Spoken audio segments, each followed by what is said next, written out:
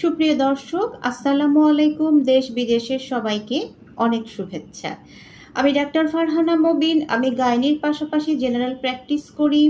স্বাস্থ্য সচেতনতা বিষয়ক, নারী উন্নয়ন, শিশু স্বাস্থ্য, সামাজিক সমস্যার বিরুদ্ধে সচেতনতা, এই বিষয়গুলো নিয়ে আমি লেখালেখি করি এবং ভিডিও কনটেন্ট তৈরি করি।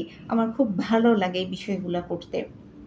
আমি আজকে বলতে চাই যে সেলুন থেকে অথবা বিউটি পার্লার যেখান থেকেই হোক না কেন, চুল কেটে আসার পরে অথবা বিউটি পার্লার বা সেলুন থেকে সার্ভিস নেয়ার পরে বাসায় এসে অবশ্যই আপনাকে খুব ভালোভাবে শাওয়ার নিয়ে ফেলতে হবে। সেলুন বা বিউটি পার্লার যেটাই বলি না কেন, এই জায়গাগুলোতে অসংখ্য মানুষ যায়। কারো কোনো স্কিন ডিজিজ থাকতে পারে। কোন স্কিন ডিজিজ একজন থেকে আরেকজনের মধ্যে ট্রান্সমিট হবে কিনা এটা তো আসলে বলা যায় না। এজন্য অবশ্যই সচেতনতা অবলম্বন করতে হবে।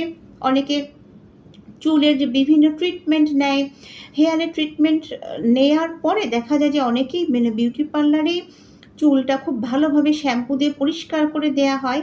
সেটা চুলের ট্রিটমেন্ট নেয়ার পরেও আপনি বাসায় আসার পরে এমন যদি হয় যে বিউটি পার্লার থেকে বলে দেয়া হয়েছে যে আপনার চুলে কোনো কালার ইউজ করা হয়েছে, এত ঘন্টা মাথায় পানি দেয়া যাবে না।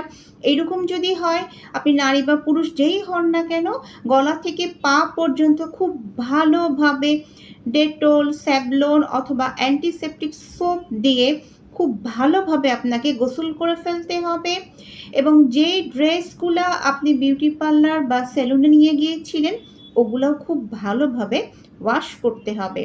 কারণ এই জায়গাগুলোতে প্রচুর মানুষজন যায় এবং ওনারা পরিষ্কার পরিচ্ছন্নতার বিভিন্ন ধরনের সেবা গ্রহণ করে, নারী পুরুষ উভয়ে।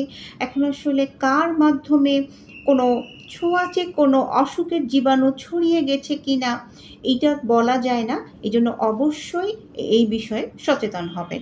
বাসায় আসার পরে খুব ভালোভাবে শাওয়ার নিতে হবে এবং যেই কাপড়গুলা বিউটি পার্লার বা সেলুনে নিয়ে গিয়েছিলেন, সেই কাপড়গুলোও খুব ভালোভাবে পরিষ্কার করতে হবে। ধন্যবাদ।